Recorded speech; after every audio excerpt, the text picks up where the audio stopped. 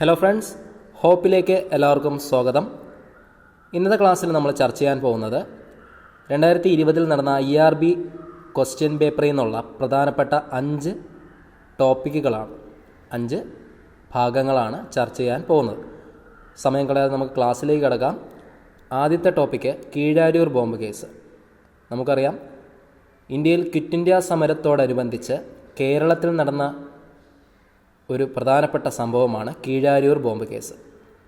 Quit India സമരത്തോടനുബന്ധിച്ച് കേരളത്തിൽ നടന്ന പ്രക്ഷോഭമാണ് കീഴാരൂർ bomb case. കീഴാരൂർ എന്ന് പറയുന്ന സ്ഥലം നിലവിൽ കോഴിക്കോട് ജില്ലയിലാണ്. കീഴാരൂർ എന്ന സ്ഥലം കോഴിക്കോട് ജില്ലയിലാണ്. ക്വിറ്റ് ഇന്ത്യ സമരം നടക്കുന്നത് 1942 ഓഗസ്റ്റ് 9-നാണ്. ഇവിടെ തിരിഞ്ഞു പോകുന്നൊരു കാര്യം, ക്വിറ്റ് ഇന്ത്യ സമരം നടക്കുന്നത് 1942 ഓഗസ്റ്റ് 9-നാണ്. ആ ഓഗസ്റ്റ് 9 ഇന്ത്യയിൽ ക്വിറ്റ് ഇന്ത്യ ദിനമായിട്ട് ആചരിക്കുന്നത്. പക്ഷേ ക്വിറ്റ് ഇന്ത്യ എന്ന പ്രമേയം പാസ്സാക്കിയത് 1942 ഓഗസ്റ്റ് 8-നാണ്. തിരിഞ്ഞു പോകരുത്, 1942 ഓഗസ്റ്റ് 8-നാണ് ക്വിറ്റ് ഇന്ത്യ പ്രമേയം പാസ്സാക്കുന്നത്. ക്വിറ്റ് ഇന്ത്യ സമരം നടക്കുന്നത് തൊട്ടടുത്ത ദിവസം 1942 ഓഗസ്റ്റ് 9-നാണ്. ഈ ഓഗസ്റ്റ് 9 ഇന്ത്യയിൽ ക്വിറ്റ് ഇന്ത്യ ദിനമായിട്ട് ആചരിക്കുന്നത്. അടുത്തത്, ക്വിറ്റ് ഇന്ത്യ സമര നായികയാണ് അരുണ ആസിഫ് അലി. ക്വിറ്റ് ഇന്ത്യ സമര നായിക അരുണ ആസിഫ് അലി. കീഴാരൂർ ബോംബ് കേസുമായി ബന്ധപ്പെട്ട് കേരളത്തിൽ അറസ്റ്റിലായ വ്യക്തിയാണ് KB മേനോൻ. KB മേനോനാണ് കീഴാരൂർ ബോംബ് കേസുമായി ബന്ധപ്പെട്ട് കേരളത്തിൽ അറസ്റ്റിലായ വ്യക്തി. അതിൽ തന്നെ ഉണ്ട് KB എന്നീ 2 ഇൻഷ്യലുകൾ സൂചിപ്പിക്കുന്നത് കീഴാരൂർ ബോംബ് എന്നങ്ങനെ കണക്ട് ചെയ്ത് വയ്ക്കാം.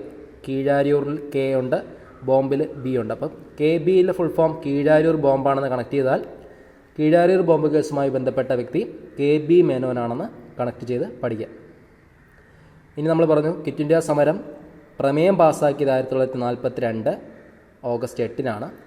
ക്വിറ്റ് ഇന്ത്യ എന്ന പ്രമേയം പാസ്സാക്കിയ INC സമ്മേളനമാണ് 1942 ബോംബെ സമ്മേളനം. 1942 കോൺഗ്രസിൻ്റെ ബോംബെ സമ്മേളനത്തിൽ വെച്ചിട്ടാണ് ക്വിറ്റ് ഇന്ത്യ പ്രമേയം പാസ്സാക്കുന്നത്. ക്വിറ്റ് ഇന്ത്യ എന്ന പദം ആദ്യമായി പറഞ്ഞത് യൂസഫ് മെഹർ അലിയാണ്. യൂസഫ് മെഹർ അലിയാണ് ക്വിറ്റ് ഇന്ത്യ എന്ന പദം ആദ്യമായി മുന്നോട്ട് വെച്ചത്. ക്വിറ്റ് ഇന്ത്യ സമരവുമായി ബന്ധപ്പെട്ട ഗാന്ധിജിയുടെ ഒരു പ്രധാനപ്പെട്ട കോട്ടാണ് ഡു ഓർ ഡൈ, പ്രവർത്തിക്കുക അല്ലെങ്കിൽ മരിക്കുക എന്നത് ക്വിറ്റ് ഇന്ത്യ സമരവുമായി ബന്ധപ്പെട്ട് ഗാന്ധിജി മുന്നോട്ട് വെച്ച മുദ്രാവാക്യമാണ്. അല്ലെങ്കിൽ ക്വിറ്റ് ഇന്ത്യ സമരവുമായി ബന്ധപ്പെട്ട് ഗാന്ധിജിയുടെ കോട്ടാണ് ഡു ഓർ ഡൈ, പ്രവർത്തിക്കുക അല്ലെങ്കിൽ മരിക്കുക. ഇതുവരെയും പറഞ്ഞ പോയിന്റ് ഒന്നുകൂടി പറയാം. ഇന്ത്യയിൽ ക്വിറ്റ് ഇന്ത്യ സമരവുമായി ബന്ധപ്പെട്ട് കേരളത്തിൽ നടന്ന കേരളത്തിൽ നടന്ന ഒരു പ്രധാനപ്പെട്ട സംഭവമാണ് കീഴാരൂർ ബോംബ് കേസ്. കീഴാരൂർ കോഴിക്കോട് ജില്ലയിലാണ്. ക്വിറ്റ് ഇന്ത്യ സമരം നടന്ന വർഷം 1942 ഓഗസ്റ്റ് 9. ക്വിറ്റ് ഇന്ത്യ പ്രമേയം പാസ്സാക്കുന്നത് 1942 ഓഗസ്റ്റ് 8-നാണ്. ഇന്ത്യയിൽ ക്വിറ്റ് ഇന്ത്യ ദിനമായിട്ട് ആചരിക്കുന്നത് ഓഗസ്റ്റ് 9. ക്വിറ്റ് ഇന്ത്യ സമര നായിക അരുണ ആസിഫ് അലി. ക്വിറ്റ് ഇന്ത്യ സമരവുമായി ബന്ധപ്പെട്ട് കേരളത്തിൽ നടന്ന കീഴാരൂർ ബോംബ് കേസിൽ അറസ്റ്റിലായ വ്യക്തിയാണ് KB മേനോൻ.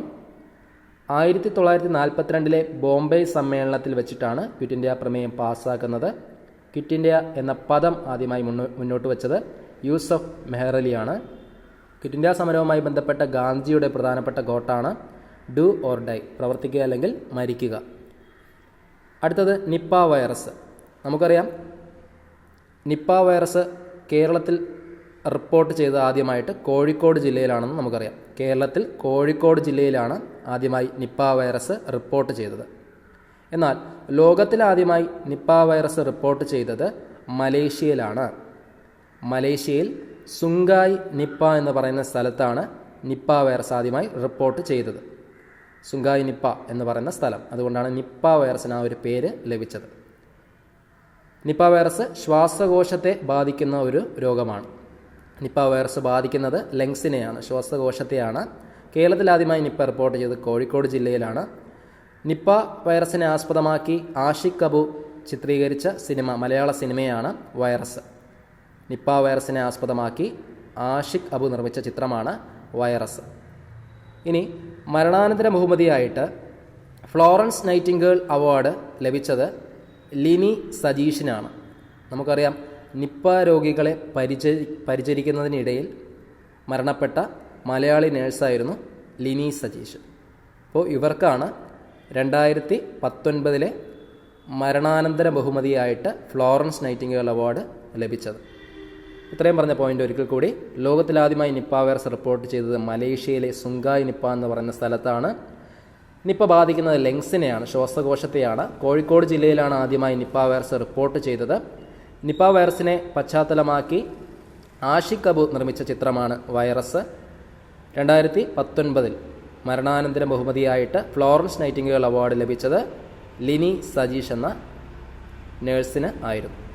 നിപ്പ രോഗികളെ പരിചരിക്കുന്നതിനിടയിൽ മരണപ്പെട്ട വ്യക്തിയാണ് ലിനി സജീഷ്. അടുത്ത പോയിന്റ്, പാർലമെൻറ്റ് സെഷൻസ്.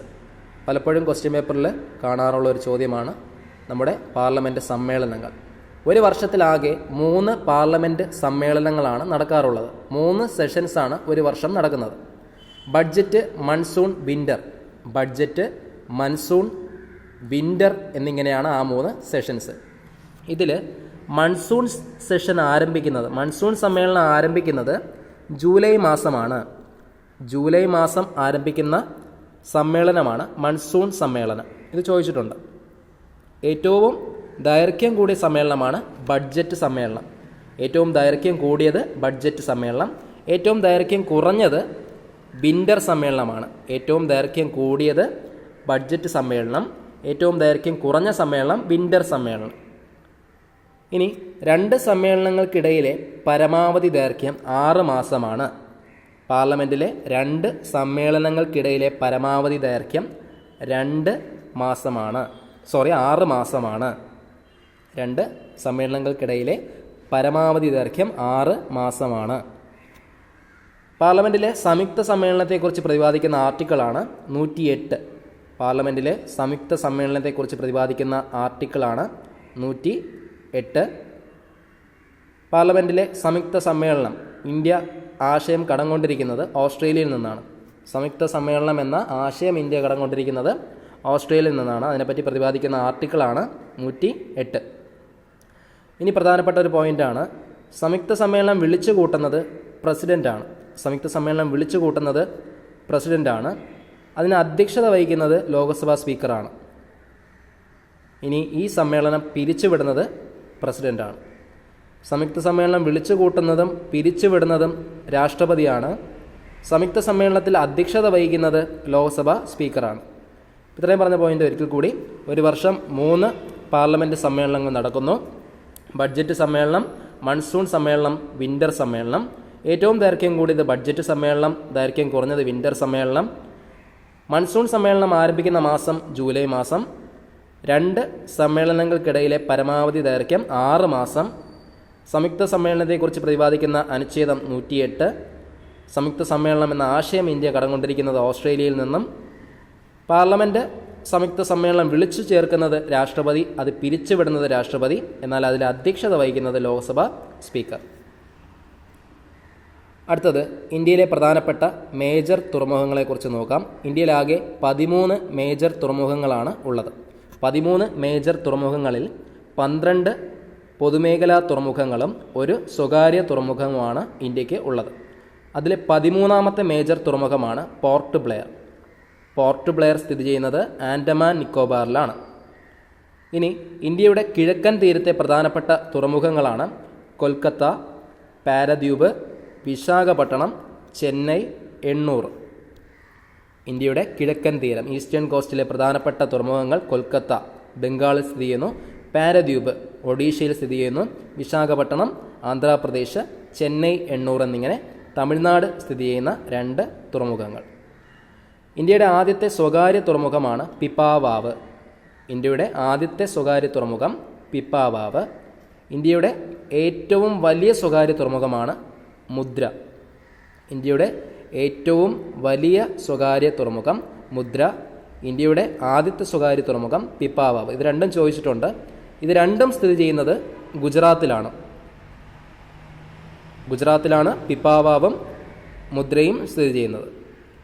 ഇനി കൊൽക്കത്ത തുറമുഖത്തെ തിരക്ക് നിയന്ത്രിക്കാൻ നിലവിൽ വന്ന തുറമുഖമാണ് ഹാൽഡിയ. പശ്ചിമ ബംഗാളിലെ ഹാൽഡിയ തുറമുഖമാണ് കൊൽക്കത്ത തുറമുഖത്തിലെ തിരക്ക് നിയന്ത്രിക്കാൻ നിലവിൽ വന്ന തുറമുഖം. എന്നാൽ മഹാരാഷ്ട്രയിലെ മുംബൈ തുറമുഖത്തിലെ തിരക്ക് നിയന്ത്രിക്കാൻ നിലവിൽ വന്ന തുറമുഖമാണ് നവശേവ. മഹാരാഷ്ട്രയിലെ മുംബൈ തുറമുഖത്തിലെ തിരക്ക് നിയന്ത്രിക്കാൻ നിലവിൽ വന്ന തുറമുഖമാണ് നവശേവ. ഇത് രണ്ടും സ്ഥിതി ചെയ്യുന്നത് മഹാരാഷ്ട്രയിലാണ്. കൊൽക്കത്ത, ഹാൽഡിയ എന്നിവ ബംഗാളിൽ, മുംബൈ, നവശേവ എന്നിവ മഹാരാഷ്ട്ര. ഇന്ത്യയിൽ നിന്നും ഏറ്റവും കൂടുതൽ ഇരുമ്പയിര് കയറ്റുമതി ചെയ്യുന്ന തുറമുഖമാണ് മർമഗോവ. മർമഗോവയാണ് ഇന്ത്യയിൽ നിന്ന് ഏറ്റവും കൂടുതൽ ഇരുമ്പയിര് കയറ്റുമതി ചെയ്യുന്നത്. ഏറ്റവും കൂടുതൽ മേജർ തുറമുഖങ്ങളുള്ള സംസ്ഥാനമാണ് തമിഴ്നാട്. ഏറ്റവും കൂടുതൽ മേജർ തുറമുഖങ്ങളുള്ളത് തമിഴ്നാടാണ്.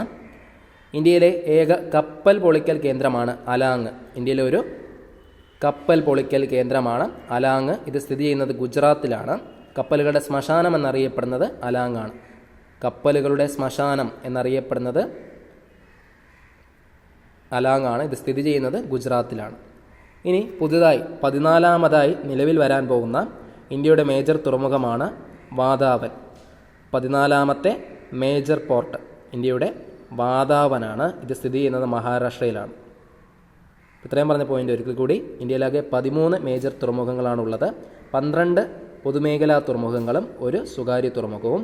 പോർട്ട് ബ്ലെയറാണ് 13ാമത്തെ മേജർ തുറമുഖം. ഇന്ത്യയുടെ കിഴക്കൻ തീരത്തെ പ്രധാനപ്പെട്ട തുറമുഖങ്ങളാണ് കൊൽക്കത്ത, പാരദ്വീപ്, വിശാഖപട്ടണം, ചെന്നൈ, എണ്ണൂർ. പാരദ്വീപ് സ്ഥിതി ചെയ്യുന്നത് ഒഡീഷയിലാണ്.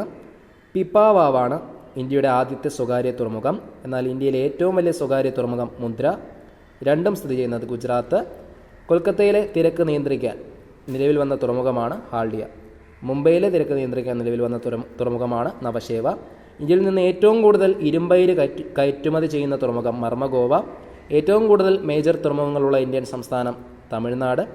ഇന്ത്യയിലെ ഒരു കപ്പൽ പൊളിക്കൽ കേന്ദ്രമാണ് അലാങ്.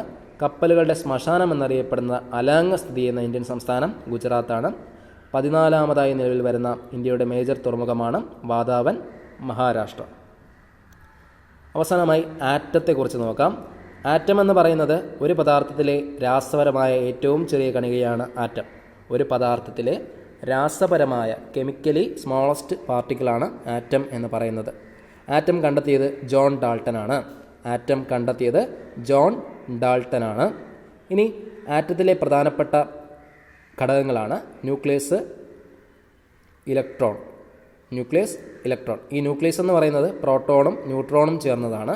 അപ്പോൾ ആറ്റത്തിലെ പ്രധാനപ്പെട്ട ഘടകങ്ങൾ പ്രോട്ടോൺ, ന്യൂട്രോൺ, ഇലക്ട്രോൺ. പ്രോട്ടോണും ന്യൂട്രോണും ചേർന്ന് ന്യൂക്ലിയസ് രൂപപ്പെടുന്നു. ഈ ന്യൂക്ലിയസിനെ ചുറ്റുന്ന ഓർബിറ്റലുകളിലെ കണങ്ങളാണ് ഇലക്ട്രോൺ. ഇലക്ട്രോൺ എന്ന് പറയുന്നത് നെഗറ്റീവ് ചാർജാണ്. ഇലക്ട്രോൺ നെഗറ്റീവ് ചാർജാണ്. പോസിറ്റീവ് ചാർജായിട്ടുള്ള കണമാണ് proton. Proton positive charge, electron negative charge. Charge ഇല്ലാത്ത കണമാണ് ന്യൂട്രോണ്. ചാർജ് ഇല്ലാത്ത കണം ന്യൂട്രോൺ. എന്നാൽ ആറ്റത്തിലെ ഭാരം കൂടിയ കണമാണ് ന്യൂട്രോൺ. ചാർജ് ഇല്ലാത്തതും ആറ്റത്തിലെ ഭാരം കൂടിയ കണവുമാണ് ന്യൂട്രോൺ. ഇലക്ട്രോൺ കണ്ടെത്തിയത് ജെ തോംസൺ. ഇലക്ട്രോൺ കണ്ടെത്തിയത് ജെ തോംസൺ. പ്രോട്ടോൺ കണ്ടെത്തിയത് റൂദർഫോർഡാണ്. പ്രോട്ടോൺ കണ്ടെത്തിയത് റൂദർഫോർഡ്. ന്യൂട്രോൺ കണ്ടെത്തിയത് ചാഡ്വിക് ആണ്. ചാഡ്വിക് ആണ് ന്യൂട്രോൺ കണ്ടെത്തിയത്.